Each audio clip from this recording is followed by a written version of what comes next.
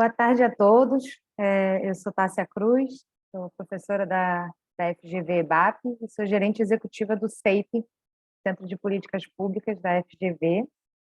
Hoje eu estou aqui só para abrir esse painel, que faz parte do G-Local, para deixar enfim, as palestrantes falarem, contarem sobre essa questão tão importante que é o desafio da avaliação da política educacional na primeira infância.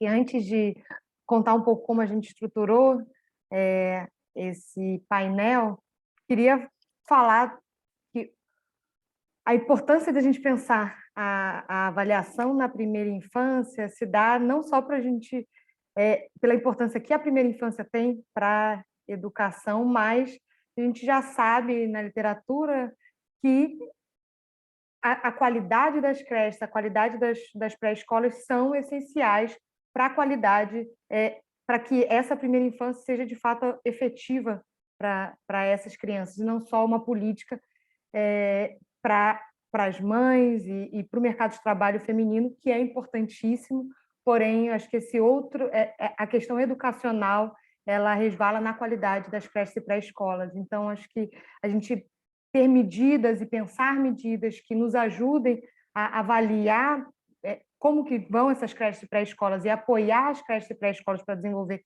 melhores políticas para a primeira infância é essencial. E aqui é um esforço grande que a gente está fazendo dentro do CEIP, dentro desse projeto, particularmente em parceria com a Petrobras, que é o QDPI, a Qualificação Direta para a Primeira Infância, que uma parte desse projeto a gente avalia a qualidade dessas creches e pré-escolas e utiliza essa avaliação para apoiar na formação de professores, para apoiar na compra de materiais e apoiar a própria secretaria a desenvolver melhores políticas para a creche e pré-escola. Então, é um prazer aqui contar um pouco, ouvir as palestrantes contar um pouco do projeto, contar um pouco da avaliação e como que a gente está desenvolvendo. E esse desenvolvimento da avaliação está sendo feito em parceria com o LEPES, então a gente tem aqui a Jaqueline, que vai nos contar mais sobre esse instrumento que é o EAP, que vou deixar para ela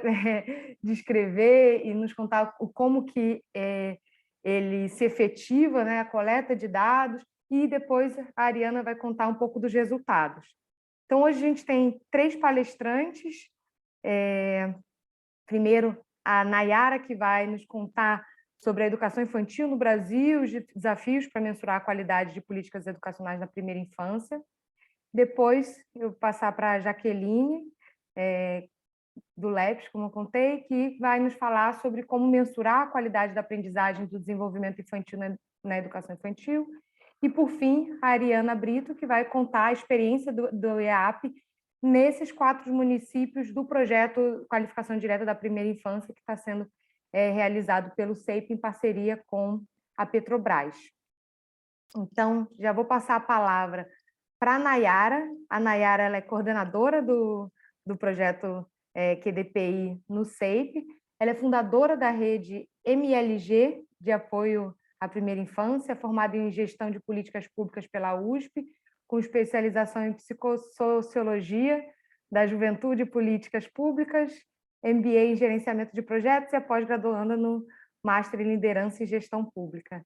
Nayara, você tem 15 minutos. Obrigada, Tássia. Deixa eu projetar aqui nossa apresentação. Fazer aquela pergunta clássica, se está todo mundo vendo? Ah, ok. O nosso tema de hoje é o desafio da avaliação da política educacional na primeira infância. E a gente vai abordar principalmente dentro do âmbito do projeto, como a Tássia bem expôs, o projeto Qualificação Direta em Primeira Infância, qual a estratégia de avaliação e uso de uma escala de avaliação adaptada à BNCC. Para começar, um pouquinho de contexto sobre a educação infantil. Opa, deixa eu voltar aqui que eu passei. O primeiro ponto é entender o que é a primeira infância, né? Então, a primeira infância é o período do 0 aos 6 anos de vida. Então, a gente pensa em primeira infância desde a gestação até a criança ter 5 anos e 11 meses. E esse período, se a gente fosse comparar com a construção de uma casa, ela seria a parte fundadora da casa, a fundação da casa que vai seguir, que vai ser a base de toda a construção. A primeira infância é isso, quando a gente pensa na nossa vida. É um período da plasticidade neural, ou seja, o principal momento de desenvolvimento neural e social de um indivíduo. É só a gente pensar, né? O que nós, enquanto adultos, a gente aprendeu nos últimos 3 anos. Eu, Nayara, nos últimos 3 anos, só aprendi a fazer crochê, né? Fiz ali meus cachecóis durante a pandemia.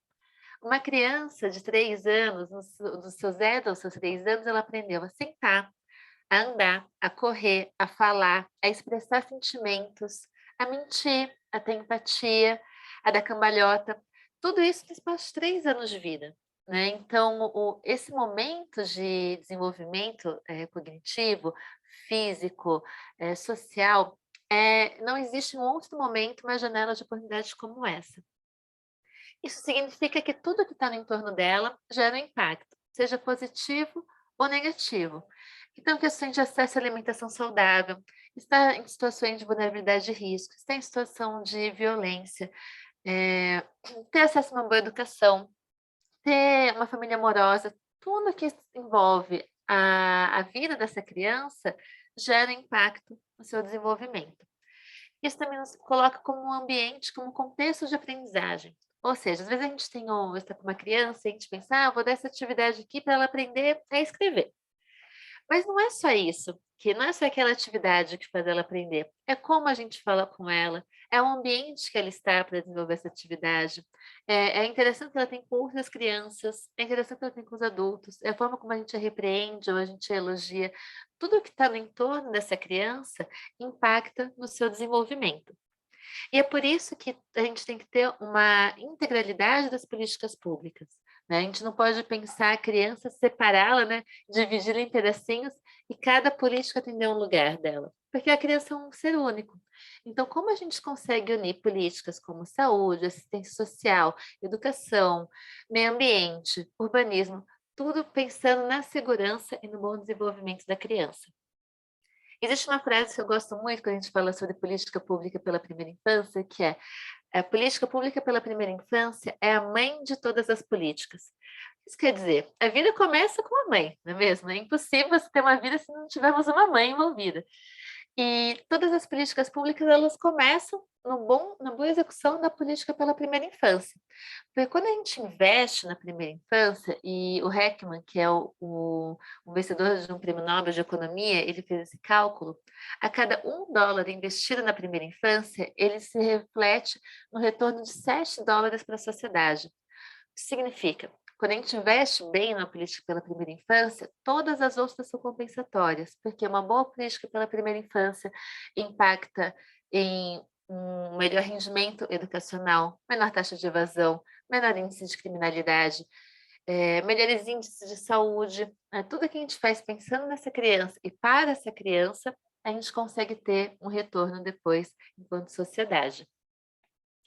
Falando agora mais especificamente de educação, né? Quando a gente pega os ODS, para quem não conhece, os Objetivos do Desenvolvimento Sustentável, é uma agenda global definida pela ONU, onde o mundo inteiro se une para conseguir alcançar alguns objetivos mundiais. A gente tem um desses objetivos relacionado especificamente com a educação, que é o nosso foco hoje nessa mesa de debate. O ODS 4 fala: assegurar educação inclusiva, equitativa e de qualidade e promover oportunidades de aprendizagem ao longo da vida para todos. Enquanto meta mundial, a gente tem que até 2030 assegurar que todas as meninas e meninos tenham acesso a programas de primeira infância de qualidade, incluindo educação pré-escolar, para que estejam prontos para o ensino primário. Bom, temos aqui, né, o nosso objetivo mundial. Como a gente vê isso na história do Brasil? Eu trouxe aqui 3 principais marcos legais. Primeiro, Constituição Federal de 88. Né? Até então, a criança ela fazia parte somente da família, a gente pensava nos direitos de cada indivíduo enquanto família. A partir da Constituição de 88, a gente tem que a criança é sujeita portadora de direitos. Ou seja, a gente está falando o que a criança tem direito assegurado enquanto Constituição, o que é dever do Estado e da sociedade de assegurar para cada uma dessas crianças. E outro grande marco da Constituição é a inclusão da educação infantil no sistema educacional. Até então, a gente tinha uma visão de educação infantil muito uma perspectiva informal e assistencialista. Assistencialismo é ruim até quando a gente pensa em política de assistência social, a gente está falando de garantia de direitos. Mas a educação infantil, até então, ela era muito vista como preciso deixar meu filho num lugar enquanto eu trabalho. Esse lugar, creche pré-escola. A partir daí, a gente vê que a educação infantil, ela faz parte do sistema educacional, ou seja, ela tem um objetivo daquele espaço, e isso fica mais nítido ainda na LDB, na Lei de Diretrizes Básicas da Educação, de 1996. A educação infantil se torna uma etapa da educação básica. A gente tem no artigo 29, então, a educação infantil, primeira etapa da educação básica, tem como finalidade o desenvolvimento integral da criança de até 5 anos, em seus aspectos físico, psicológico, intelectual e social, complementando a ação da família e da comunidade.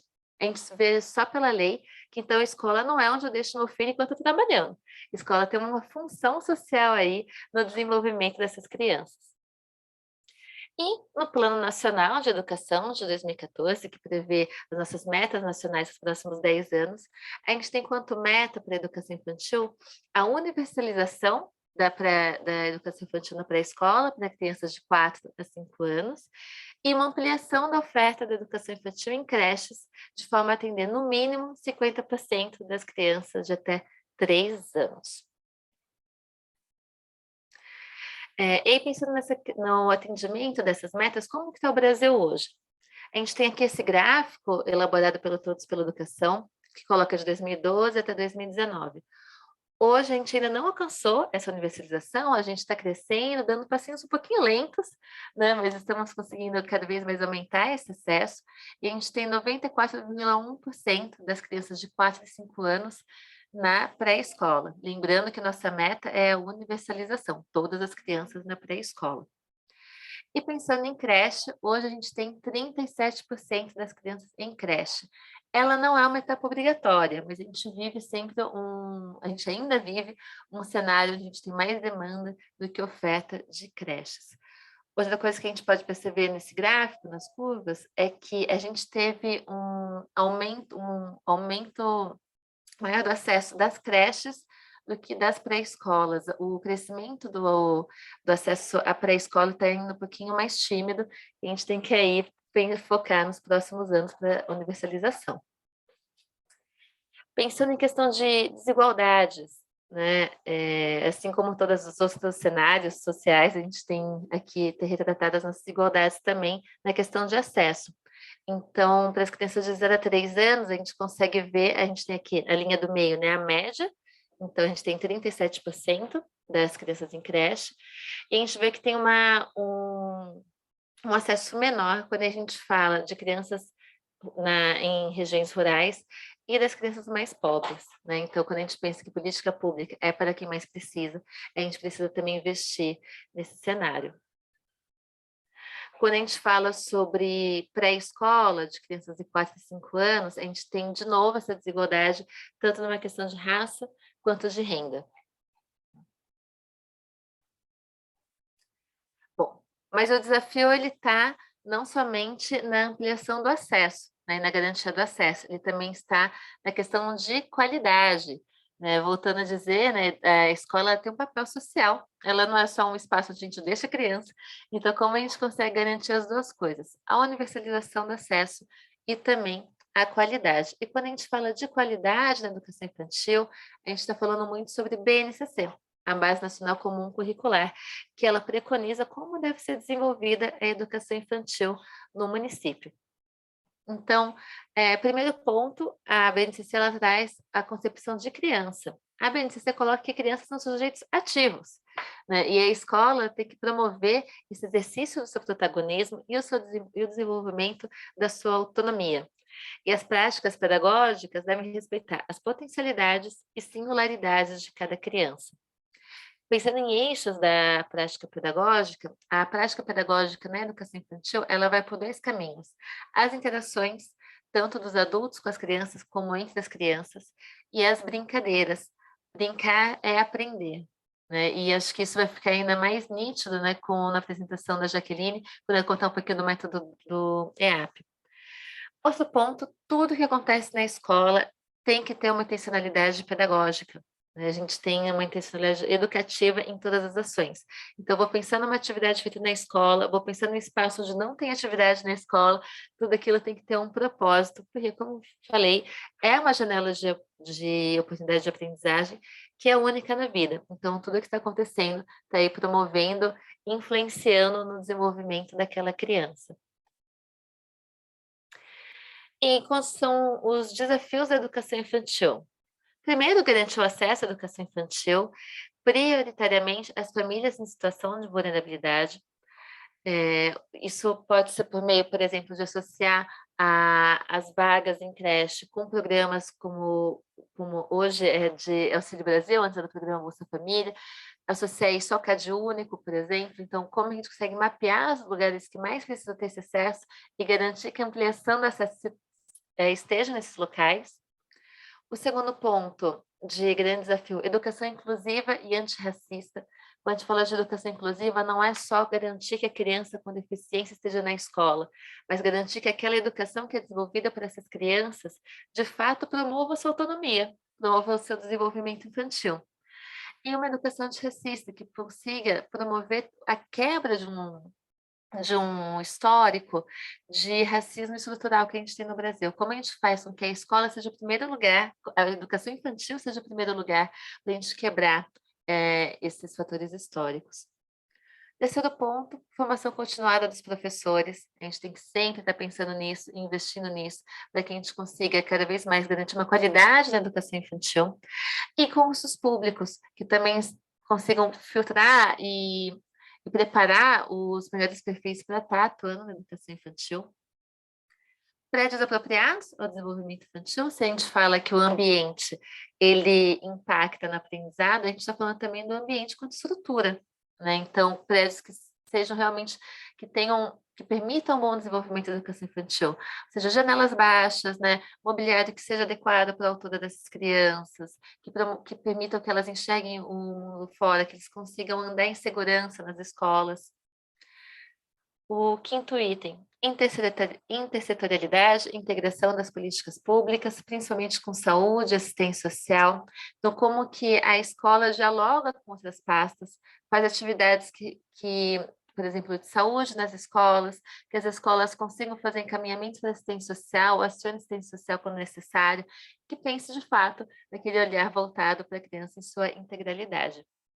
E, por fim, a consolidação da BNCC na educação infantil. A gente vai percebendo que quanto mais a BNCC está de fato implementada de forma eficiente nas escolas, melhor está se desenvolvendo a educação nesses espaços. E aí, eu fecho aqui nessa parte falando da educação infantil, eu falo brevemente sobre o projeto. O projeto ele faz parte de uma iniciativa da Petrobras chamada Territórios pela Primeira Infância, e junto com outros parceiros, a Avante, a ANDI, a Unesco e PTI, a gente aborda cada um pedacinho das políticas públicas pela primeira infância nos municípios. Hoje a iniciativa está em 5 estados diferentes e em 15 municípios, né? A gente está no Rio Grande do Norte, Sergipe, Espírito Santo, Rio de Janeiro e São Paulo. E a gente, enquanto FGV, a gente tem a missão de melhorar a gestão da educação infantil nos municípios contemplados no projeto, por meio de ações de qualificação de secretários e das equipes técnicas para implementação de políticas voltadas à primeira infância.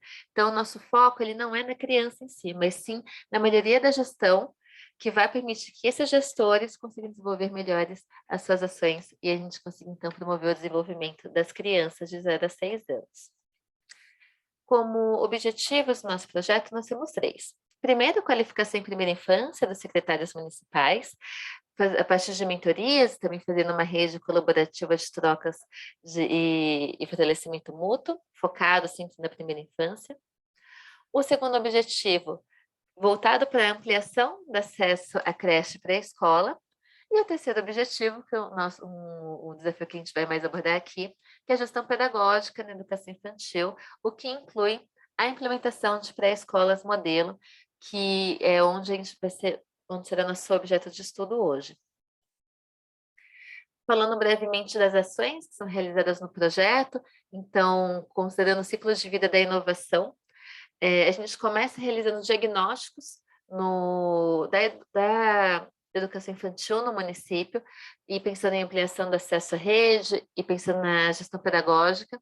A partir desses diagnósticos, a gente realiza mentorias e ações formativas com secretários e equipes gestoras. Pensa, então, em planos de ação nesses municípios, elaborado por eles, a gente faz o apoio metodológico, técnico para sua realização. E na parte de implementação de projetos, nós temos as pré-escolas modelo e as assessorias técnicas. Passamos pela avaliação a partir do método EAP, que vai ser apresentado hoje, e fazemos um monitoramento dessas ações. Então, o método EAP ele aparece em dois grandes momentos. Primeiro, para fazer um diagnóstico, para a gente conseguir elaborar as ações em cima desse diagnóstico, e depois para fazer uma avaliação enquanto sucesso do projeto. E as pré-escolas modelo, só para a gente apresentar o que elas são, né? São pré-escolas apoiadas e acompanhadas pela FGV durante a implementação dos programas e projetos, a partir dos planos de metas e de ação elaborados. Serão referências para as demais pré-escolas da rede, pensando em uso de materiais, recursos e práticas pedagógicas e a formação dos docentes. E será também uma espécie de laboratório para a secretaria, que a partir do monitoramento das ações vai poder depois ter interesse, tanto identificar pontos de melhoria e depois replicar em questão de escalabilidade do projeto para o restante da rede. E quando a gente vê, tudo bem, a gente tem aí as escolas modelo que a gente quer atuar, a gente precisa entender o que a gente quer nessas escolas. Para entender o que a gente quer para essas escolas, a gente, quanto sociedade, o que a gente espera de bons projetos numa educação infantil, a gente precisa mensurar a qualidade da educação infantil e mensurar fazer um diagnóstico das demandas que existem nesses espaços. E para isso a gente precisa fazer uma avaliação. Só que fazer avaliação em educação infantil é um super desafio, né? A gente não vai aplicar provas em crianças, né? A gente não vai apenas perguntar para professores. Então, como que a gente consegue, de fato, entender como está a educação infantil das escolas e do município, se não é por aquele meio comum que a gente pensa que é a aplicação de provas, né? E aí, essa é a grande inovação do método EAP, que eu vou deixar agora para a Jaqueline apresentar para a gente, que permite a gente conseguir fazer um retrato fiel sobre como está a educação infantil nas escolas. Tá bom? Obrigada. Obrigada, Nayara. Bem, eu achei que foi super interessante essa contextualização da importância da educação infantil e só ressaltar um ponto que você trouxe, que é a importância da intersetorialidade quando a gente está falando de primeira infância, né? Quando a gente está pensando primeira infância, a gente precisa trabalhar a educação junto com a saúde, junto com a assistência social. Vou agora passar para a Jaqueline, para nos contar sobre o que é o método EAP. A Jaqueline, eu acabei de saber, parabenizo ela por ter entrado como fellow do programa de conhecimento da ECDAN, que é Early Childhood Development Action Network. A Jaqueline é pesquisadora associada do LEPES, da USP, e a pesquisa desenvolvida por ela tem foco na educação infantil, com ênfase na qualidade da mesma.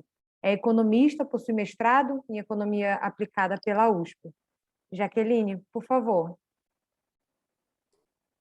Tássia, muito obrigada. Muito obrigada, Nayara, também, pela palavra. Acho que, em nome do LEPS, gostaria de agradecer também pela oportunidade e parceria, né, de estar aqui com vocês nesse projeto. Eu vou aqui compartilhar a minha tela, e aí vocês me ajudem dizendo se estão vendo. Sim? Ok. Vamos lá, então.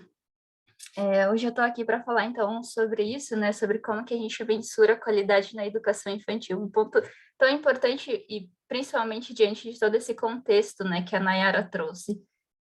A Nayara falou que, enfim, a gente tem avançado em termos de acesso à educação infantil, a gente quase, mas não atingimos ainda, mas quase estamos lá, né, em termos de universalização da pré-escola, a gente mais do que dobrou o acesso a creche nas últimas 2 décadas, mas ainda não atingimos nenhuma das metas ainda que a gente estabeleceu.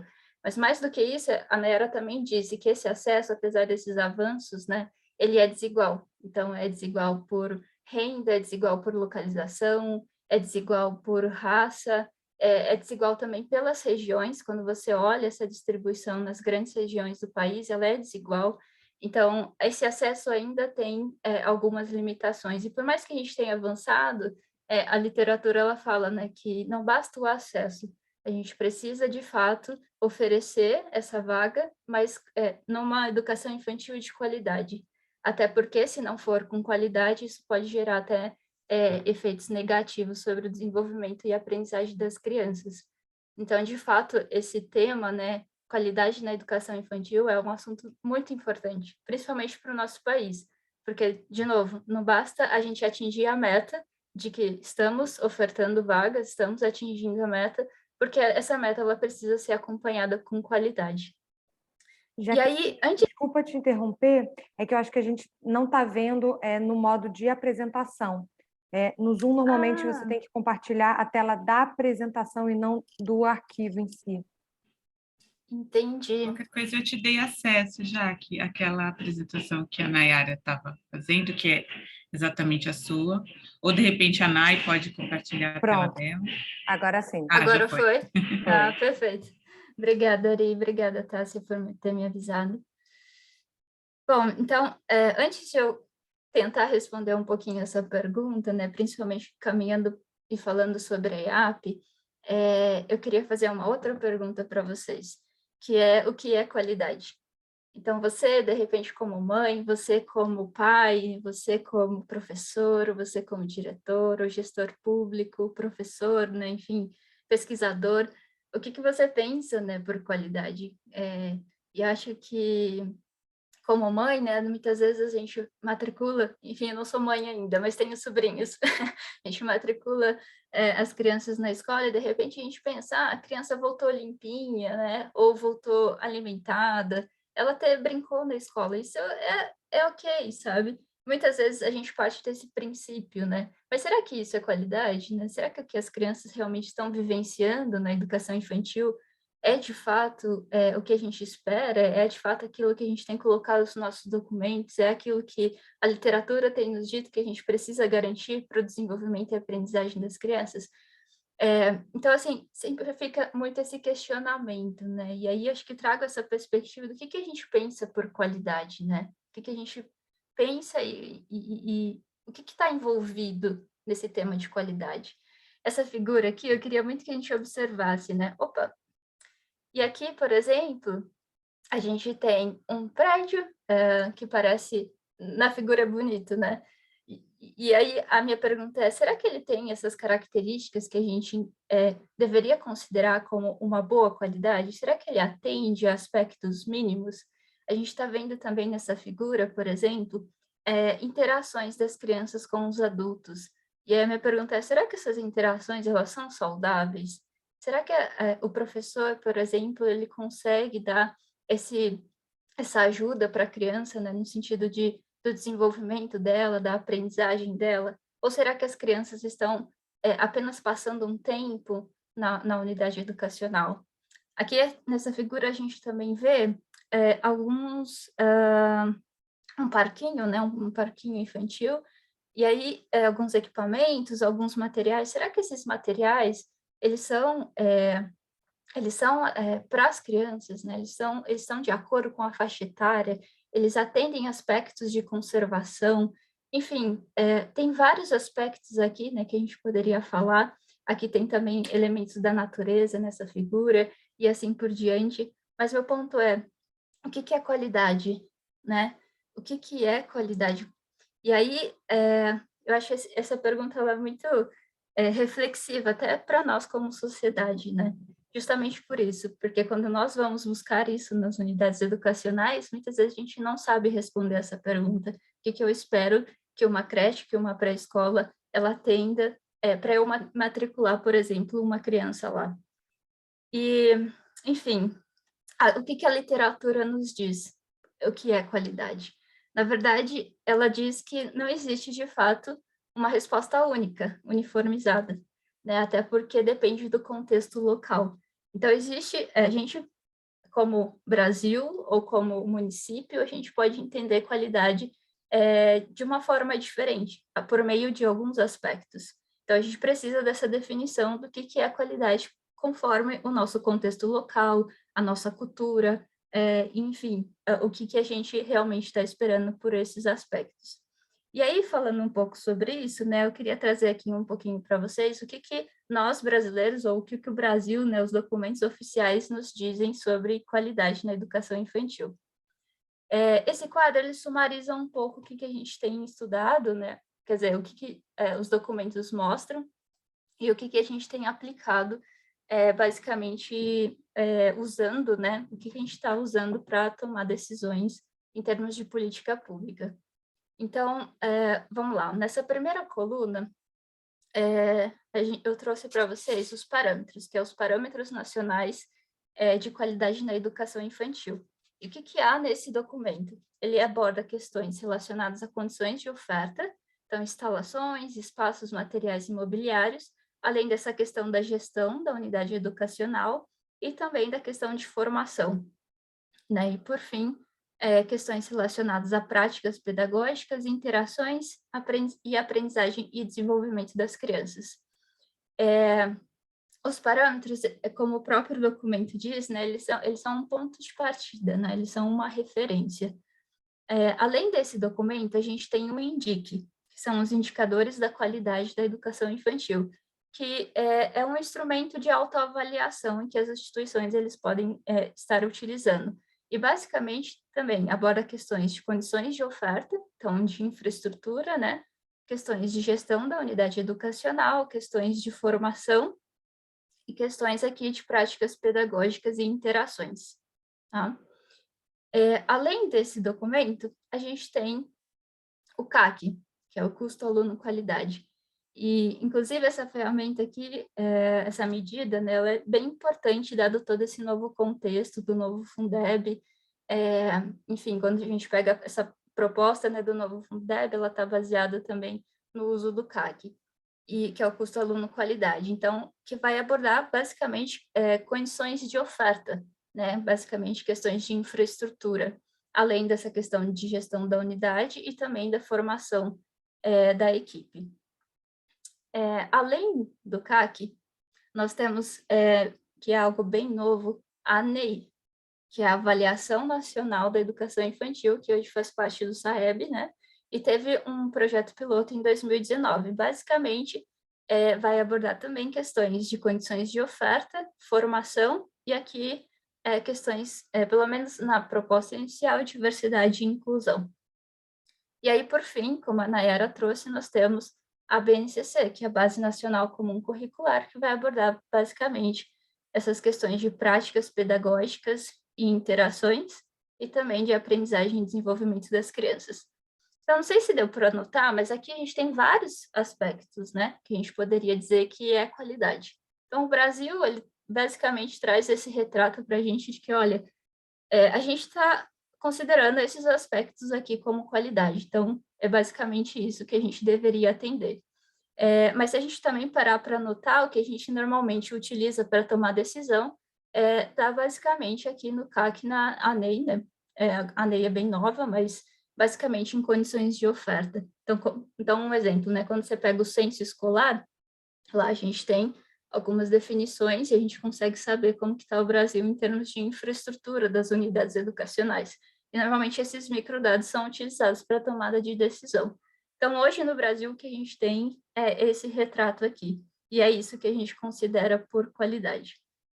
E aí entra um ponto, né? Por que normalmente a gente utiliza o CAQ, por exemplo, né? Ou condições de oferta, né? Para a tomada de decisão? Porque é o que a gente consegue medir atualmente. Então, quando a gente para pensar, né? Como que eu vou medir isso? Ou como que eu vou coletar essas informações? Você verificar se tem ou não, né, uma infraestrutura, ela é mais simples, né? Então, por exemplo, uma unidade educacional, ele tem um banheiro adaptado para o uso das crianças, para essa faixa etária. É simples a gente observar isso, e inclusive o próprio diretor pode observar isso, se de repente isso for coletado no censo escolar. E aí a gente consegue obter essa informação e tomar uma decisão. Mas quando trata, por exemplo, da prática pedagógica do professor, como que o professor oportuniza uma aprendizagem para a criança, isso já fica um pouco mais complicado. Isso acaba sendo um pouquinho mais difícil da gente mensurar isso, né? Então, e aí entra um ponto, né? O que é considerado como uma boa prática ou uma prática não tão adequada? Enfim, aí começa a dificultar um pouquinho mais, porque envolve toda essa questão de interação, né? Envolve essa questão mais de dinâmica. E aí entra essa questão, como que a gente mede a qualidade? E de novo, né, não parece ser tão simples. Primeiro de tudo, a gente tem que partir desse princípio do que a gente entende por qualidade. Mas na literatura, o que é visto, né, a gente tem esses 3 grandes blocos, que é insumos, processos e resultados. E agora a gente vai entender um pouquinho o que é cada um. Mas é isso, na literatura a gente pega todo esse monte de informação e basicamente divide isso nesses 3 grandes blocos. E o que a gente entende por insumos? Insumos são as condições de oferta, toda essa parte de caracterização da infraestrutura e de materiais de uma unidade educacional. Em algumas fontes, né, também dito como aspectos que são fixos no tempo, então que não varia tanto. Então, por exemplo, essa questão de caracterizar um prédio, né, uma infraestrutura.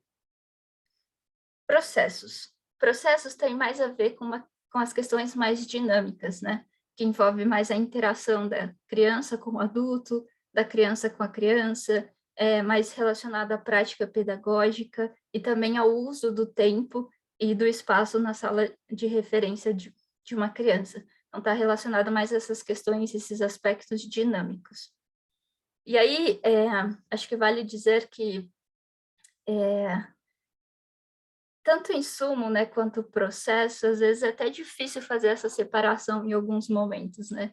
E já encontrei, inclusive, alguns aspectos sendo considerados como insumos, mas em outros lugares sendo considerados como processo. Então, inclusive, tem algumas características que ainda a gente fica entre as duas. Mas acho que ter essa perspectiva de fixo e mais dinâmico ajuda muito a fazer essa divisão. E aí, por fim, a gente tem esse bloquinho de resultados, que é basicamente essa caracterização dos aprendizados das crianças. E aí, acho que a Nayara ressaltou super bem, que normalmente a gente não faz isso muito, né? Não utiliza muito isso na educação infantil. Isso é utilizado mais nos anos posteriores. Um grande exemplo disso utilizado no Brasil é o SAEB.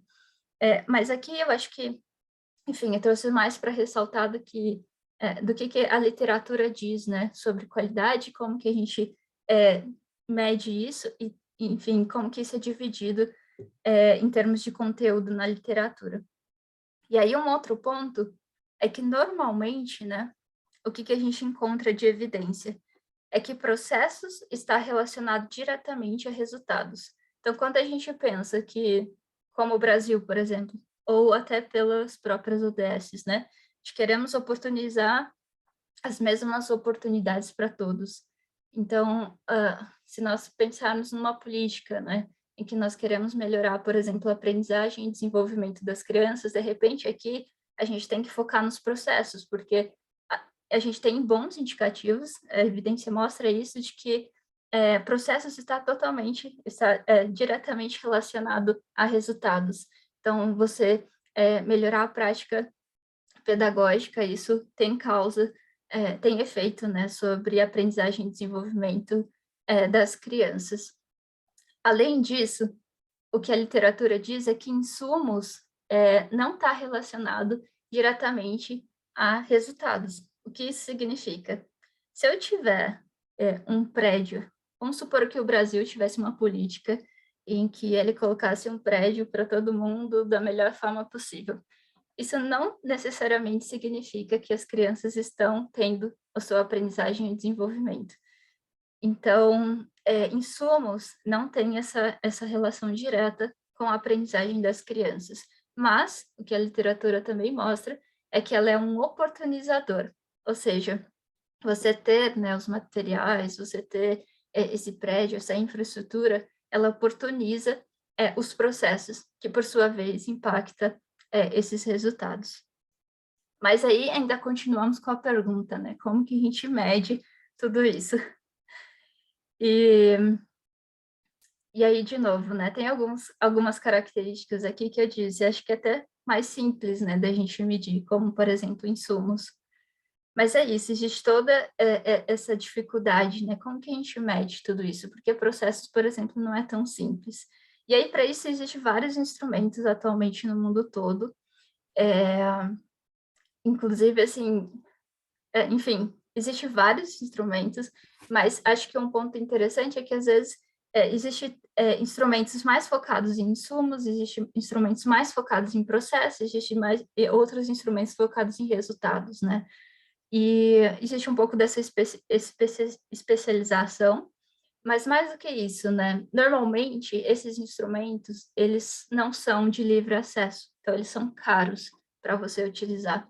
E aí, só para ter uma ideia, eu mesmo participei de um processo, né, de qualificação em um dos instrumentos que é utilizado mundialmente, e só o treinamento, ele custava $1.500.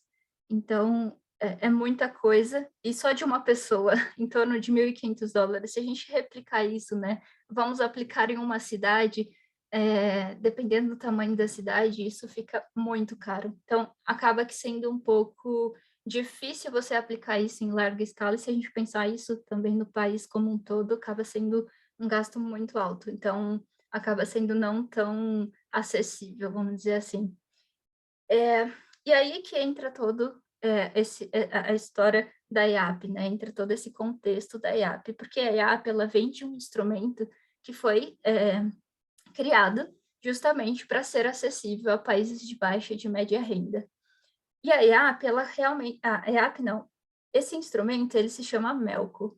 E o MELCO, ele compõe esses 3 bloquinhos. Então, ele vai abordar tanto insumos, como processos e como resultados. Eu vou falar um pouquinho do MELCO, mas só para a gente entender, a IAP, ela vai abordar apenas 2, que é insumos e processos. Ou seja, ele vai olhar para os ambientes de aprendizagem que as crianças estão inseridas. IAP se chama Escala de Avaliação de Ambientes de Aprendizagens Dedicados à Primeira Infância. Bom, o que tem, né, nesse instrumento? Por que a gente utiliza ele? Ele é um instrumento de uso público, né, ele é gratuito, acesso livre. Ele tem uma linguagem simples, então ele é bem acessível mesmo, até em termos assim, vamos preparar uma equipe para aplicar ele. Ele realmente tem uma linguagem simples. Ele é possível de ser adaptado ao contexto local. Ele também é possível de ser usado em larga escala. E aí, um dos pontos mais importantes também, é bem importante isso, é que ele não tem um objetivo de avaliar turmas, crianças, professores ou unidades educacionais de uma forma individual. Então, os resultados da IAP, eles não são mostrados, por exemplo, sobre uma unidade educacional, nem sobre uma turma, nem sobre uma criança. Ele é sempre abordado de uma maneira geral. Então, como que está a educação infantil de uma cidade? Como que está a educação infantil de um país? Tá? E aí, só para a gente entender, né, um pouquinho a origem desse instrumento, eu falei para vocês que a IAP, ela veio do MELCO. Inclusive, caso vocês tenham interesse, ele está disponível, é só procurar na internet que vocês vão encontrar. O MELCO, ele tem 2 módulos, como eu disse, ele abarca esses 3 bloquinhos que eu citei anteriormente.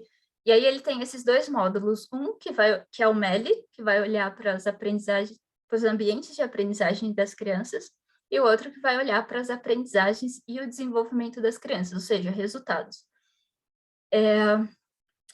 A IAP, basicamente, é o MELI. E aí, o MELI é adaptado, né? Já vou explicar isso. O MELCO, ele é uma iniciativa, né, da Unesco, da Unicef, do Brookings Institute e do Banco Mundial, que teve início lá em 2014. Ele tem como foco, né, as pré-escolas, e como eu disse, ele foi feito para a utilização, né, de países de baixa e de média renda. E uma das características mais importantes, como eu ressaltei, é essa adaptação ao contexto local. E aí, por isso, né, esse instrumento tem sido utilizado em diversos países no mundo todo. E como que isso chegou no Brasil?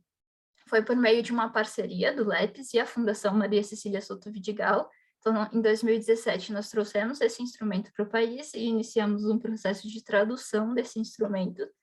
Em 2018, houve a adaptação do instrumento e a validação dele por meio de uma avaliação diagnóstica da educação infantil lá na cidade de Boa Vista, que é considerada a capital da primeira infância no país. E aí, em 2019, né, nesse processo dos currículos estarem sendo adaptados à BNCC, nós também começamos esse processo de alinhamento do instrumento à BNCC. Então, o MELI ele foi adaptado à BNCC. Além disso, o instrumento ele passou por acabamos construindo o instrumento, estendendo o instrumento não só para pré-escola, mas também para a creche. Então, esse MELI adaptado, né, e aqui a gente já passa para essa transição, chamando ele para EAP, ele passa a ser aplicável de 2 até 5 anos. Então, a gente consegue avaliar a qualidade dos ambientes de aprendizagens desde a creche. Depois desse alinhamento, dessa construção, é feita uma validação do instrumento na cidade de Sobral e São Paulo, e, além disso, é utilizado e implementado também em um sistema de monitoramento lá em Boa Vista. Esse sistema de monitoramento é um trabalho pioneiro aqui no país também, em que a gente consegue realmente monitorar a qualidade por meio da aplicação desse instrumento. Então, basicamente, a própria rede ela pode ir às unidades educacionais, faz essa coleta de dados, aperta o botão, esses dados sobem para esse sistema gera uma devolutiva com um diagnóstico de como que está a rede naquele momento. E aí, né, a EAP, ela vem sendo utilizada, enfim, já vem sendo espalhada para o país todo, né, e utilizada em diversos projetos. Atualmente, nós temos o Estudo Nacional, que inclusive vai ser lançado agora, os resultados no dia 10, no YouTube da Fundação Maria Cecília Soto Vidigal, foi um trabalho em parceria com eles. Nós temos também um piloto, né, que é de um sistema de monitoramento para o estado do Ceará, que está sendo utilizado, né, para a avaliação da qualidade da educação infantil. E aí, por fim, nós temos também um observatório da educação infantil, que vai utilizar a EAP, justamente disponibilizar para o Brasil todo, para a utilização de quem quiser. Então, se um diretor quiser, se, enfim, uma cidade quiser utilizar, vai conseguir utilizar e ter uma devolutiva e saber como que está a educação infantil daquela cidade. Bom, agora a gente vai entrar um pouco... Desculpa te interromper, mas tem 2 minutinhos, por favor. Tá certo, obrigada, Tássia. Só para a gente entender um pouquinho, né? Esse instrumento ele tem 6 grandes domínios. Então, nós temos questões aqui de infraestrutura, currículo, interações e práticas, diversidades, equipe e gestão, segurança e alimentação. Ao total, né, esse instrumento aplicado no projeto tem 355 indicadores, então é bastante coisa, bastante informação. E, basicamente, a gente tem 5 grandes conceitos, que é a aprendizagem baseada no brincar, a mediação do professor, o uso de perguntas abertas, a adequação ao desenvolvimento e as oportunidades de aprendizagens. A EAP ela é composta por 3 instrumentos. Então, a gente tem a entrevista com o professor, uma entrevista com o diretor e, por fim, um roteiro de observação. Vou focar no roteiro de observação, só para a gente falar um pouquinho mais sobre isso, que ele é a grande chave do instrumento. E ele é composto por 6 seções. Então, a gente tem informações sobre a UE, informações da turma observada, informações, né, das oportunidades de aprendizagens, interações e abordagens para aprendizagens, questões relacionadas a espaços, materiais e configuração da sala e instalações de segurança. Aqui a gente tem esse observador passando 3 horas e meia observando uma turma e fazendo essas anotações. E aí, por fim, só para a gente ter uma ideia de como que o instrumento funciona, um item é normalmente classificado nesses 4 níveis. E então, vamos dizer que a gente está falando de oportunidades de aprendizagem relacionadas à brincadeira livre. O observador vai pontuar como 1, se não foi observado essa oportunidade, vai pontuar como 2 se foi observado, mas foi apenas por meio de atividades repetitivas e mecanizadas, e vai observar como 3 ou 4 se essas estratégias elas foram observadas, que é basicamente a aprendizagem baseada no brincar, aqueles conceitos chaves que eu disse. Então, por exemplo, olha, a criança tem alguma escolha de como realizar a atividade? As crianças exploram e brincam com objetos diversos. O professor, ele envolve as crianças em discussões, usa perguntas abertas. O professor, ele relaciona a atividade às experiências reais ou do dia a dia. Então, basicamente, um item do roteiro de observação é classificado nesses 4 níveis. Bom, acho que era isso que eu queria dizer. Depois, se ficar alguma pergunta, estou aberta. Obrigada, Tassi. Obrigada, Jaqueline.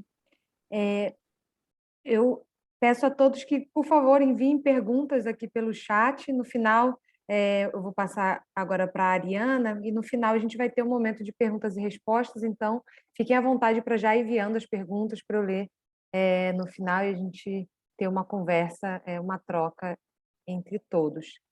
Então, agora eu passo para a Ariana Brito, a Ariana que vai contar um pouco mais da EAP e, particularmente, a aplicação da EAP dentro do projeto Qualificação Direta para a Primeira Infância. A Ariana é coordenadora de produção de conhecimento do SEIP e pesquisadora associada à Rede de Economistas Pretas e Pretos, REP. A Ariana é doutora em Economia pela Universidade Federal Fluminense, no Rio de Janeiro. Ariana, tem 25 minutos. Oi, gente, boa tarde. Eu vou compartilhar aqui minha tela, e aí vocês me falam se está no modo de apresentação, se vocês estão vendo, aquelas práticas. Eu não estou vendo nada, então vocês não devem estar vendo também, né? Agora sim? Foi. Bom, boa tarde a todos. Obrigada, Tássia, pela apresentação. Eu, na verdade, vou fazer assim. As meninas fizeram mais difícil, que foi trazer o contexto da primeira infância, falar sobre qualificação direta pela primeira infância. Então, Nayara é a dona do QDPI, ela manda no negócio todo. Aí tem uma outra mulher, que é a Jaqueline, que é a pessoa que conhece muito de EAP. Inclusive, Jaqueline está convidada para apoiar a minha fala nos momentos de análise de resultados. Se tiver alguma coisa estranha, você já fala, não, peraí, gente, que a Ariane está viajando, eu preciso ajudar ela. Então, o que eu vou trazer o que é essa escala de aprendizagem dentro do contexto do projeto de qualificação direta pela primeira infância, em primeira infância. Como esse nome é muito grande, a gente chama QDPI porque a gente já tem uma relação próxima com ele. Então, QDPI é assim. Bom, a minha apresentação tem 3 partes. Eu vou colocar aqui o tempo, porque eu não tenho noção de tempo. Então, eu sei que a Tássia vai me chamar, falaria, para de falar. Mas eu vou deixar aqui também, para ter certeza. Ela tem 3 partes, curtinhas. Curtinhas não, a última não é muito curtinha. A primeira eu vou falar um pouquinho da estratégia de avaliação do QDPI, então o que a gente está pensando. Só para vocês terem uma ideia, o projeto começou segundo semestre do ano passado, né, Nai?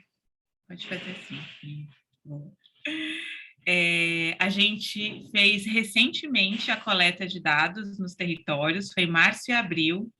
Isso quer dizer o quê? Que a gente está assim, adorei a palavra que a Jaque usou ontem, nós estamos consumindo o QDPI. Estamos assim, ele está entrando na nossa mente nesse momento, né, Jaque? A gente coletou os dados, março e abril, maio foi um momento assim, intenso de tabular, de tratar todas essas bases nos territórios, e a partir de agora, segunda quinzena de maio, agora início de junho, a gente está começando, assim, a se apresentar para esses dados. Então, os dados estão olhando para a gente está olhando para eles, está entendendo o que eles estão passando para a gente. Que dados são esses? É a linha de base. O que a gente fez agora é a linha de base, que é uma coisa muito legal, que normalmente a gente não consegue fazer, a gente está conseguindo fazer nesse projeto. Então, bom, o que é essa estratégia de avaliação, que é enfim, coordenada por mim, junto com a Tássia, e com Nayara, Vívia, Emília e Super Patrícia, todas estão aqui. Esqueci alguém, né? Quer ver que eu esqueci alguém? Se eu esqueci alguém, acode, porque elas são a equipe do QDPI. Eu só, assim, ajudo na avaliação. Bom, quais as perguntas que a gente está tentando responder? E um parênteses enorme aqui. A teoria da mudança está no forninho desse projeto. Então, logo mais ela estará pronta. E aí, com todos os insumos, processos, atividades, resultados, é um projeto longo, de 2 anos. 2 anos? Não, 3 anos, né, Nai? 3 anos. Enorme, gente, 3 anos. Então, a gente está finalizando a teoria de mudança. Logo mais, ela estará à disposição para todo mundo que quiser conhecê-la. Mas o que a gente está tentando responder? O que a gente pretende responder, e aí, para todo mundo que está escutando, dá um passinho para trás para olhar, bom, qual que é o foco do SEIP? O foco do SEIP é qualidade na gestão educacional. Então, esse é o foco do SEIP, é o foco de grande parte dos projetos que a gente tem hoje. Dentro desse foco, nós buscamos formações, mentorias, ações formativas que apoiam gestores e equipes técnicas da Secretaria de Educação nos seus diversos níveis e nas diversas etapas da educação. Então, a gente está falando de educação infantil, mas educação básica, ensino médio também, educação de tempo integral. Então, esse é o grande foco do SEIP. Para além desse grande foco, a gente tem um segundo, que é avaliação, monitoramento e avaliação de políticas educacionais ou de projetos voltados para a educação. Então, a minha presença no QDPI vai estar olhando para esse segundo foco do SEIP, que é o seguinte: a gente, como a Nay bem colocou, a intervenção está focada na capacitação e qualificação das equipes técnicas, através de diversos tipos de ações formativas, de equipes que atuam na primeira infância, e como essas intervenções vão afetar as práticas de gestão na educação infantil. Uma vez isso posto, uma vez essas intervenções acontecendo, que já começaram, meados do ano passado, o que a gente quer olhar, bom, será que essas mudanças observadas nessas práticas de gestão, elas podem impactar a qualidade da educação infantil? E para isso, como bem a Jaque colocou, essa qualidade da educação infantil, a gente está usando o EAP como métrica para entender se isso vai acontecer. Então, a gente tem uma linha de base agora e a gente vai fazer uma nova aplicação em 2024. O foco da minha apresentação hoje é justamente nessa segunda pergunta. Então, ou seja, o que a gente já consegue observar em termos de características da linha de base voltadas para a qualidade da educação infantil a partir do EAP. Por que isso? Porque as formações, e as capacitações e as mentorias, elas vão ser pensadas a partir de vários diagnósticos, mas um dos diagnósticos é esse que está sendo produzido, está sendo finalizado agora pelo EAP. Nai, se eu estiver falando alguma besteira, você me corrige. Mas eu acho que eu estou entendendo, né? Direitinho o projeto. Fico orgulhosa de mim. Então, a gente vai falar bastante, e a gente vai focar nesse segundo ponto. E o primeiro? O primeiro a gente também está desenvolvendo aqui, mas ainda é forninho. Mas, se tudo der certo, né, Tássia? Logo mais a gente tem um indicador de gestão educacional também. A gente faz várias coisas e a gente fica feliz fazendo várias coisas. Bom, o que é essa estratégia de avaliação? A gente tem um grupo de tratamento e um grupo de controle, tradicional, vou explicar daqui a pouquinho como que a gente selecionou essas unidades de educação infantil. Foram critérios pré-definidos de seleção, não é uma aleatorização, porque a gente tem que entender que essa avaliação está dentro de um contexto maior, que é um convênio, que pressupõe algumas premissas, então a nossa avaliação tem que atender alguns critérios para os territórios beneficiados pela implementação do projeto de qualificação direta. O balanceamento aconteceu no nível das escolas, já vou mostrar para vocês.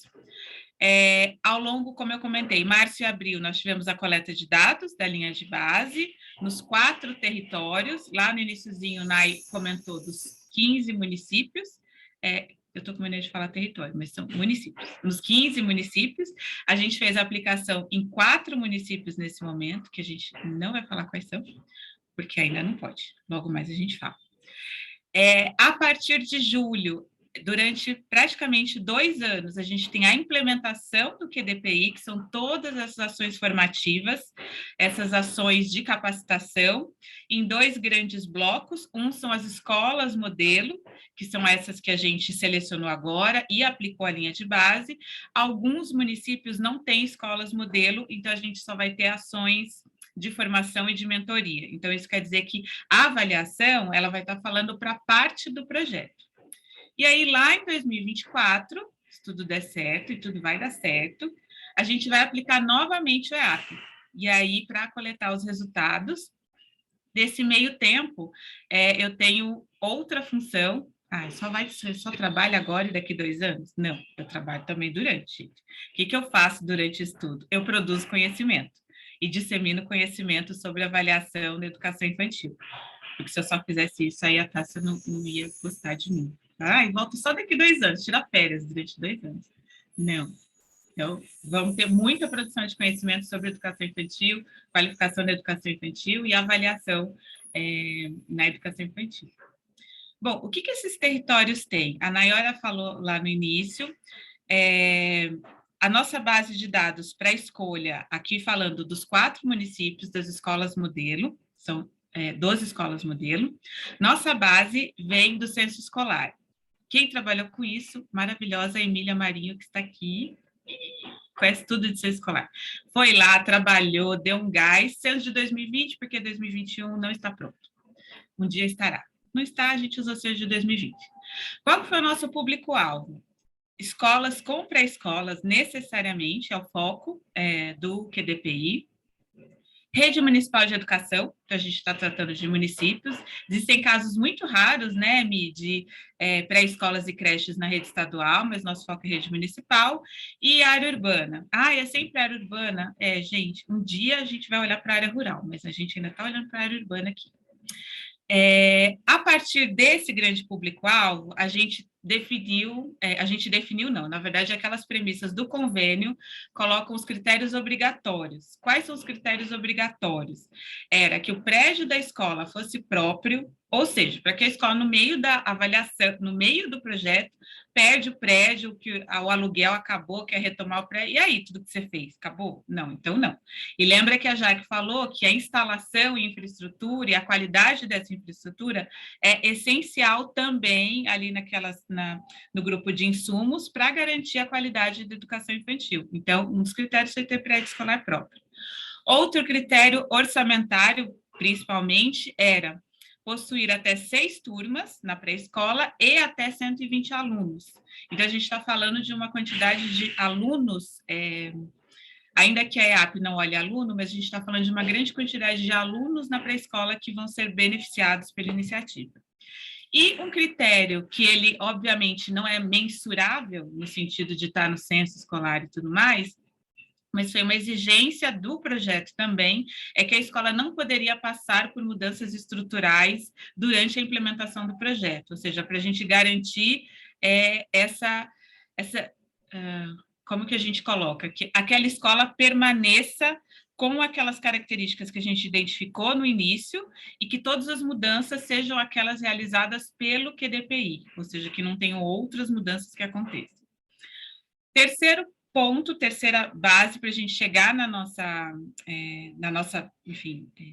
amostra, o nosso critério classificatório. Então, a gente tem os critérios obrigatórios, a gente vai ter um ranking de escolas, e como que a gente ranqueia essas escolas? A partir do tempo de experiência do diretor.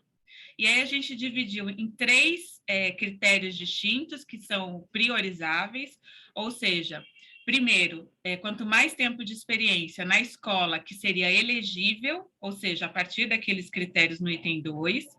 Caso esses todos critérios, esse tempo do diretor empatasse, a gente vai para o tempo que o diretor exerce, que tem experiência como diretor em funções na pré-escola. Se isso também empatasse, a gente vai para o tempo de experiência do diretor em escolas, mas focando em educação infantil e ensino fundamental. Então, a priorização é de C para A. Eu não vou trazer isso hoje, porque não deu tempo. mas a gente tem essa informação aqui, logo mais ela virá também. Mas o que eu já posso falar para vocês, e as meninas observou, o que a gente conseguiu observar, que esses critérios, eles variaram muito pouco nas escolas elegíveis. Então, a gente está falando de escolas onde o diretor é muito novo, ou tem muito pouco tempo de exercício da função. A partir desse ranking final, a gente leva isso para ser validado pelos secretários dos territórios beneficiados pela iniciativa, e o que ele vai validar? A ideia é que as primeiras posições serão as escolas modelo. Cada um dos territórios tem uma quantidade pré-determinada de escolas modelo. A partir daí, essas escolas modelo, eu venho para avaliação e é o que a gente chama de grupo de tratamento. No ranking seguinte, né, na verdade, descendo o ranking, ou seja, vamos supor que as 4 primeiras escolas são as escolas do grupo de tratamento. Da 5ª em diante, são as escolas que vão ser selecionadas dentro do grupo de controle. Então, só para vocês entenderem, ou seja, são escolas que, a partir dos critérios obrigatórios, têm características muito parecidas. O que vai diferenciar elas nesse ranking é o tempo de experiência do diretor. Então, bom, aqui, esses 2 slides, esse slide é a representação quantitativa dos critérios que eu falei. Então, os municípios estão aqui escondidinhos, são 4 municípios nos quais a gente aplicou. A gente saiu de uma população, vamos colocar assim, de 262 escolas. A partir daqueles critérios de rede municipal, zona urbana, a gente caiu para 96 escolas. Vocês veem que são municípios com características muito distintas. Então, a gente tem um município pequenininho, um município relativamente, enfim, médio e municípios um pouquinho maiores. Colocando os critérios obrigatórios, ou seja, critério de quantidade de turmas, quantidade de alunos, a gente vai para 41 escolas. Quando a gente vai para a questão dos critérios classificatórios, a gente perde 2 escolas por questão de... E aí, meninas, me corrijam, mas a gente teve algumas situações em que a escola estava sem diretor e não havia previsão para esse diretor ser nomeado. E como a gente precisava dar início ao processo de avaliação, então a gente acabou perdendo 2 escolas. E no final, o que a gente tem de escola, esse resultado aqui, as 25, são as escolas que foram selecionadas, ou seja, daquele ranking de escolas elegíveis, pelo quantitativo balanceamento, a gente tem 25 escolas que vão compor a nossa amostra de tratamento e controle. Quem são essas escolas? A gente tem aqui 12 escolas que são as escolas modelo ou pertencem ao grupo de tratamento e 13 escolas que pertencem ao grupo de controle. Quando a gente olha no nível da turma, a gente tem 39 turmas nas escolas do grupo de tratamento, 50 turmas nas escolas do grupo de controle. 2 pontos em relação a esse balanceamento das turmas. O nosso balanceamento foi ao nível das escolas e um segundo ponto, a nossa escolha inicial foi em um momento de transição das matrículas, na verdade, de efetivação das matrículas. Então, nós tínhamos ainda turmas que não estavam fechadas, turmas que foram criadas por necessidade. Então, a gente tem, por isso, o número de turmas, ele acaba variando um pouquinho, e a gente tem territórios onde, para a gente balancear o número de escolas, e aí uma questão importante e um diferencial dessa aplicação do EAP aqui dentro do projeto do QDPI. Dentro da escola, o instrumento foi aplicado em 100% das turmas. Esse é um diferencial. O EAP, normalmente, ele é aplicado em uma única turma dentro das pré-escolas. Aqui, por conta até do próprio funcionamento do projeto, da própria dinâmica do projeto, a gente observou, então, 89 turmas, 39 turmas nas escolas tratadas e 50 turmas nas escolas controle. Os resultados que eu vou estar apresentando agora eu vou sempre falar de escolas, porque todas as turmas foram observadas dentro da escola. Então, a gente está falando de resultado final, 25 escolas, 12 tratadas, 13 controle, e 89 turmas, 39 tratadas e 50 controle. 100% das turmas de todas as escolas tratadas e controle. Bom, como que foi a coleta? Na verdade, é um slidezinho só.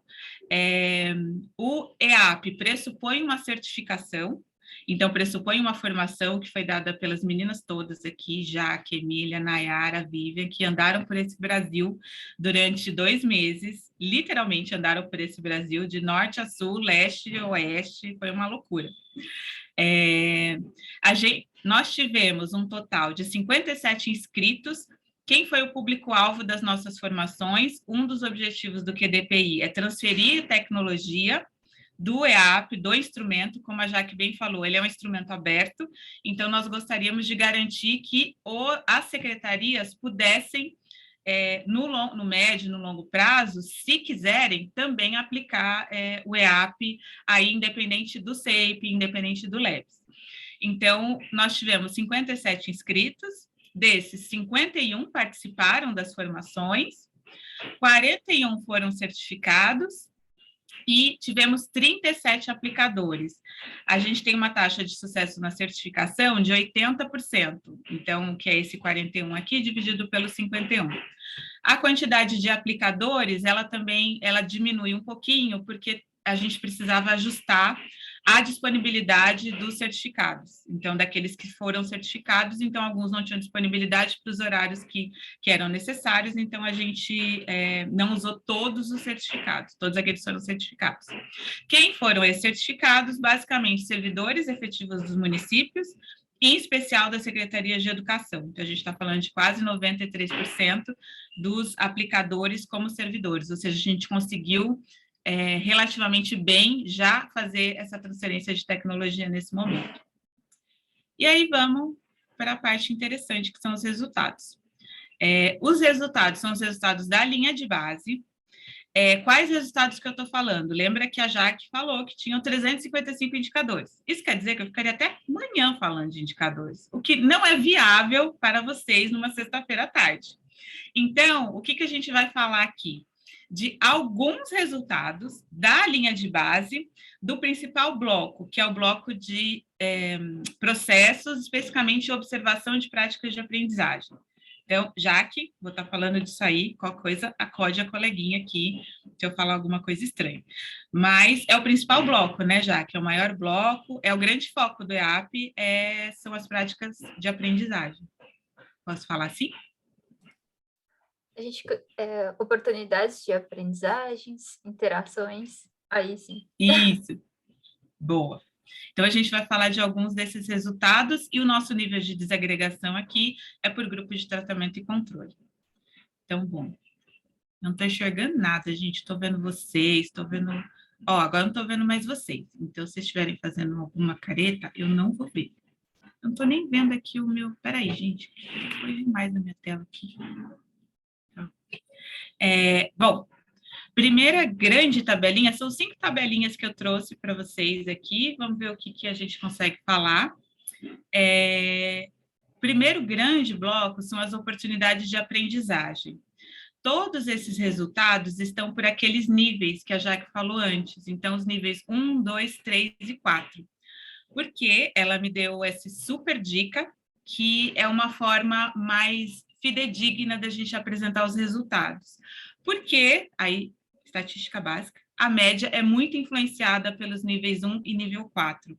Então, em níveis 4. Então, a gente está focando aqui ou seja, esses dados, eles consideram a distribuição das escolas por cada nível. Então, se eu somar as porcentagens aqui de cada nível, isso vai somar 100. Basicamente, quase todos os dados são expressados assim, como a Jaque bem falou, essa é a principal forma de mensuração. Quando a gente está falando de oportunidade de aprendizagem, eu dividi aqui em 4 grandes blocos. O primeiro deles, eu não vou falar de todos os resultados, tá, gente? Então, fica calmo, que a Oriana não vai falar de todos esses numerozinhos. Vocês estão enxergando bem os numerozinhos? Só para eu saber. Sim, Ari. Tá bom. Então, quando a gente está olhando para esse primeiro blocozinho de práticas sociais, uma das coisas que a gente já consegue observar boa parte das escolas, tanto do grupo de tratamento quanto do grupo de controle, focam as suas práticas sociais em atividades mecânicas, que era exatamente aquilo que a Jaque tinha colocado, ou atividades repetitivas. Isso quer dizer o quê? Que nesse momento, na linha de base, quando a gente observou as turmas, eram aplicadas, eram exercidas, foram observadas oportunidades de aprendizagem onde as crianças tinham pouca liberdade de escolha. A gente está falando de 41% das escolas no nível 2, nos tratados, e 42% no controle. Em relação à leitura e escrita, um pouquinho mais no grupo de tratamento, 51%, 33% no grupo de controle. O nível 4 seria aquele nível onde a criança tem mais liberdade de escolha, são atividades mais propositivas, e aí a gente olha que um percentual, ainda que exista, ele é cerca de metade, pelo menos nas escolas aqui do grupo de tratamento, do que o nível 2. Quando a gente vem... Ih, cadê? Ah, tá. Um dado que surpreendeu muito, tanto eu quanto a Jaque, em relação às práticas de lavagem das mãos. É uma oportunidade que os professores têm de que as crianças lavem bem as mãos antes das refeições.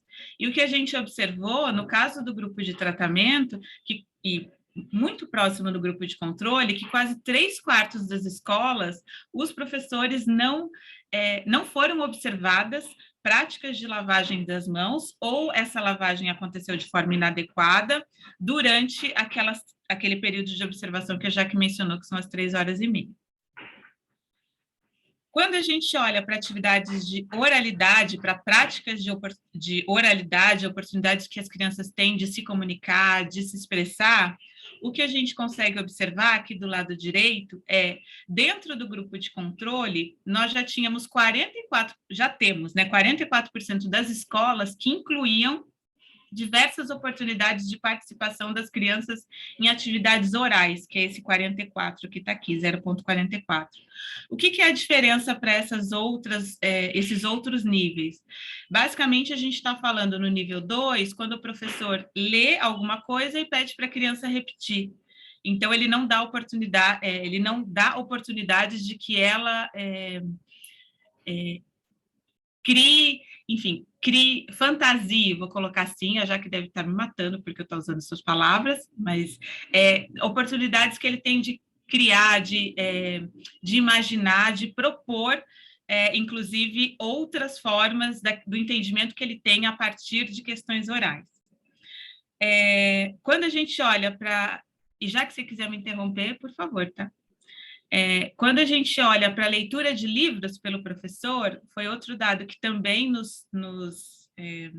enfim, foi não inesperado, né, mas a gente achou relativamente alto. A gente está falando que em mais da metade das escolas, e aí mais forte no grupo de controle, nós não observamos atividades de leitura. E a gente tem um outro indicador mais lá na frente que vai falar do número de livros de literatura disponível na escola. Então, provavelmente tem correlação, porque a gente enxerga um nível de livros disponíveis bastante baixo, tanto nas escolas de tratamento quanto nas escolas de controle. Aris, tem mais 2 minutinhos, tá? Tá bom. Deixa eu até cancelar aqui, porque no meu já acabou os meus minutos. Bom, em relação à expressão e criação, a gente tem aqui 3 em cada 10 escolas, isso diferencia pouco grupo tratamento e grupo controle. Em relação à não observação de jogos ou brincadeiras que promovem movimentos amplos, ou seja, você deixar a criança correr, pular, rolar. Em 3 a cada 10, a gente não observou isso em nenhuma das turmas nas escolas da amostra do projeto, nesse momento. E, por fim, um outro indicador nesse grupo de oportunidade de aprendizagem está relacionado aos aspectos da educação étnico-racial. É basicamente um consenso 9 em cada 10 pré-escolas dos grupos de tratamento não foram realizadas durante as observações qualquer atividade de aprendizagem que se relacionasse à educação étnico-racial. Então, aqui existem diversas possibilidades de atividades, a gente não observou em 92% das escolas, tanto no grupo de tratamento quanto no grupo de controle. E pulei aqui um negócio, mas tudo bem, a gente volta. Que isso nós tínhamos conversado também, tem um indicador que fala de momentos de brincadeira livre e de atividades de observação e investigação do mundo físico e da natureza, que tem muita relação com aquela fotinha que a Jaque mostrou. E o que a gente observa? Que em 67% das escolas do grupo de controle não houveram momentos de brincadeira livre. Pensem que a gente está falando de 3 horas e meia de observação. E nos grupos de tratamento, esse número foi de 36%, então quase metade. E quando a gente olha para brincadeiras... Peraí. O que a gente quer dizer aqui? Desculpa. Nesse nível 1, é a não observação de momentos de brincadeira livre, que são 67% das escolas do grupo de controle. No caso do grupo de tratamento, ainda que a gente tenha observado algum momento de brincadeira livre, elas foram escolhidas pelo professor. Então, esse livre é um pouco entre aspas. O livre é realmente a criança poder escolher o que ela quer fazer. E no item de baixo, um dado bastante impressionante é a falta de atividades fora da sala de aula, então, de contato com a natureza, isso tanto para o grupo de controle quanto para o grupo de tratamento. Tá, se eu tenho o quê? 1 minuto? Eu vou falar desse aqui, então. Posso falar desse ou já foi? Tá bom. Pode falar e finalizar, por favor. Tá bom. Para terminar, esse bloco esse bloco de abordagens para aprendizagens, ele é o maior dentro que é o bloco 3, se eu não me engano, são 6 blocos que a Jaque apresentou há um tempinho atrás. Esse bloco 3, ele é o maior dentro do roteiro de observação dos observadores. Quando a gente olha aqui para a questão de gestão de conflitos pelo professor, gestão de conflitos e dos comportamentos das crianças, o que a gente consegue observar aqui? A gente consegue já observar alguma abordagem bastante positiva, que é o nível 4, ou seja, é o melhor nível. A gente consegue observar que em 32% das escolas de controle, os professores já tem abordagens de gestão de conflitos que permitem a negociação entre as crianças, que relembram regras e combinados do ambiente escolar, onde o professor acompanha essa negociação. Esse percentual é um pouquinho maior que nas escolas do grupo de tratamento, que é de 26%. Então, esse é o melhor nível e aqui é a proporção mais alta das escolas. Por fim, falando de acolhimento afetivo e atendimento das crianças, de acordo com as necessidades que elas apresentem naquele dia da observação, o que a gente viu é que dentro do grupo de tratamento, quase metade dos professores, o que representa esse nível 2? É quando o professor atende, acolhe as crianças, mas minimiza os sentimentos das crianças em relação à abordagem, à necessidade que ela tem. E a gente consegue ver que isso tem um certo reforço no indicador seguinte, que é o atendimento individual às crianças. Em 28%, esse nível 2, o que ele representa? Que o professor tem um padrão de atendimento às necessidades das crianças, independentemente da sua necessidade. Então, ele tem um padrão de atendimento para o que as crianças podem precisar e ele usa esse padrão para todas as crianças. E última coisa, Tássia, para só fechar essa tabelinha, em relação ao envolvimento das crianças nas atividades, ou seja, esse é um indicador que mostra, como que as crianças estavam envolvidas nas atividades durante a observação, as crianças daquela turma. Dentro do grupo de controle, o que a gente observa é mais da metade, não, metade das escolas do grupo de controle, você tem parte das crianças ainda não envolvidas durante a maior parte da observação. O nível 3, ele coloca que a maioria das crianças se observou que elas estavam envolvidas nas atividades, mas não todas. No nível 4, a gente está falando de todas ou quase todas. O que isso quer dizer? Que durante a observação, observadores, estou me sentindo assim muito estranha falando observadores, eles identificaram que havia parte das crianças que não estavam envolvidas nas atividades, nas oportunidades de aprendizagem. E fecho por aqui, para vocês terem mais tempo de perguntar. A gente tem muitos indicadores, são 300, gente, é um indicador por dia, no ano. Ó, dá para ficar todos os dias aqui apresentando indicador. Olha que coisa linda. Eu vou fazer isso, tá? Eu vou falar assim, hora do indicador EAP. E aí, todo dia eu vou entrar e vou apresentar um indicador. Adorei, pronto, já tenho uma atividade para todos os dias. Obrigada, gente. Obrigada, Ari. A gente está aqui. Obrigada, Nayara, obrigada, Jaqueline, obrigada, Ariana. Bem, acho que aqui vamos tirar o compartilhamento de tela. Vou abrir para perguntas, então, por favor, quem quiser ou escrever no chat ou levantar a mão para fazer perguntas, fiquem à vontade. Eu quero começar com uma pergunta minha, eu vou aproveitar meu papel de mediadora para fazer uma pergunta. E a minha pergunta vai para a Jaqueline. No Melco, você falou que o Melco tratava de insumos, processos e resultados, e a tradução para o EAP só trata de insumos e processos. Eu queria entender por que teve essa decisão de tirar resultados e quais são os prós e contras dessa decisão. Ótima pergunta, Tássia.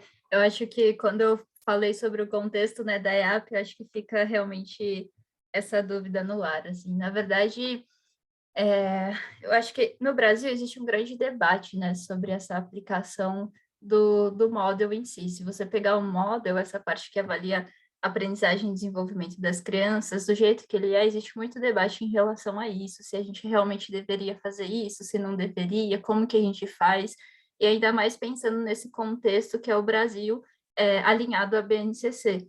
Então, enfim, né, depois de, acho que de muitas discussões, o model, ele ainda tem sido utilizado, tá, aqui no Brasil, para fazer essa medição. A gente, inclusive, tem algumas pesquisas em andamento utilizando ele, mas também a gente tem dentro do LEPES essa adaptação, ou, na verdade, criação de um instrumento a partir dessas discussões, que daí, confesso que eu não sei dizer quando vai ser lançado, ou se já foi, ou como está em andamento isso, mas que se chama INAP, e aí vem complementando a EAP.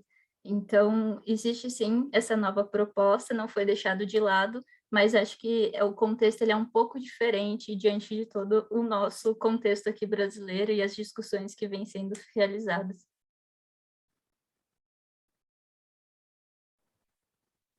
Legal. Alguma pergunta do quem está aqui assistindo com a gente? Na verdade, eu tinha... Por favor, Vivian. Na verdade, não é uma pergunta. Eu gostaria que a Jaqueline falasse um pouquinho como é que foi essa experiência dela, porque a Ariana falou assim que nós do projeto, a gente rodou o Brasil para fazer essa aplicação, mas ela esteve em todos os campos. Ela teve essa experiência nos campos que a gente aplicou. Se ela pudesse falar um pouquinho de como que foi para ela como formadora, né?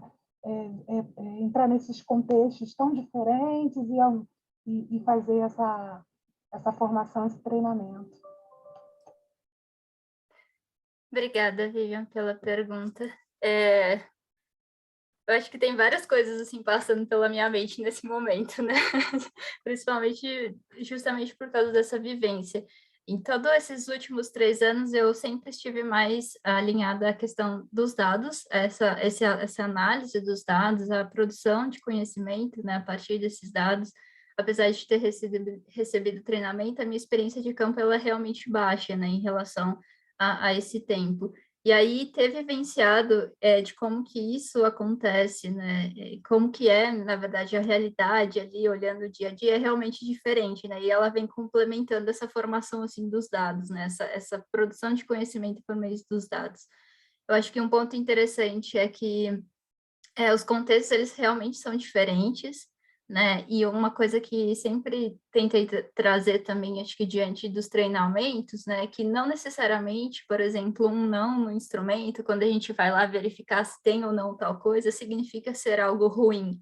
Porque existe toda essa questão do contexto local.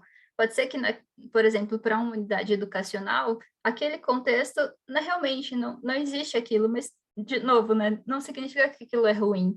Então, quando a gente observa as oportunidades de aprendizagem, realmente a gente tem esses níveis do 1 ao 4, mas, por exemplo, quando a gente olha para um item que é de momentos de sono, ou um que fala sobre o uso do banheiro, normalmente eles são classificados ali mais para o 2 ou para o 1, ou não existe, ou é realizado de uma forma mecanizada. Mas isso não necessariamente é ruim, porque as crianças elas estão na fase da pré-escola, então não existe momento de sono, normalmente elas já passaram por essa fase, e o nosso contexto é esse, né? Que o projeto QDPI ele foi aplicado para pré-escola. Então, pré-escola normalmente não tem momento de sono. E aí, o uso do banheiro, normalmente as crianças já aprenderam essa fase, né? Elas já passaram pelo momento da creche, eu já vinha vindo de casa, já aprenderam essa parte. Então, normalmente é classificado no nível 2, e isso não necessariamente significa algo ruim. Eu acho que ter experimentado, né, e vivenciado esses diversos locais, eu acho que me ajudou muito, assim, a integrar o todo, assim, a ver como que normalmente a gente apresenta esses resultados e como que isso impacta ou vai impactar daqui para frente, sabe? Mas, de fato, são diferentes redes, diferentes contextos, cada um tem uma característica diferente, cada um tem uma característica estrutural dentro da rede diferente, profissionais diferentes, e agora, de uma perspectiva mais pessoal, foi muito enriquecedor para mim, profissionalmente. Teve momentos que eu chorei junto no treinamento, nos relatos que foram dados, teve momentos que eu tive vontade de chorar também, pela vivência que eu estava tendo. Eu acho que, enfim, né? Eu acho que todos aqui têm esse princípio, né? De realmente querer fazer essa mudança, de querer melhorar, porque a gente realmente está mudando o futuro. Então, de uma forma pessoal, foi realmente muito enriquecedor, sabe? Obrigada, Jaqueline. Eu vou fazer, então, uma pergunta final para a Ariana e para a Nayara. A gente já passou do tempo bastante, mas eu queria entender, enfim, acho que muitos dos dados que a Ariana mostrou, pelo tratamento e controle, a gente vê, enfim, que algumas coisas estão em um nível mais baixo, outras nem tanto. E aí eu queria saber, da perspectiva da Nayara, que esteve muitas vezes no campo, e da Ariana olhando para os dados, se a gente tem assim, a princípio, a linha de base, o ideal seria que a gente não visse muita diferença entre tratamento e controle. Se a gente observa, né, alguma diferença que chamou, assim, ficou mais claro que as escolas que vão receber, elas já eram melhores de alguma forma ou não eram. Como que foi a perspectiva de vocês, daí, um do lado do campo e outro do lado dos dados, dessa diferença entre tratamento e controle?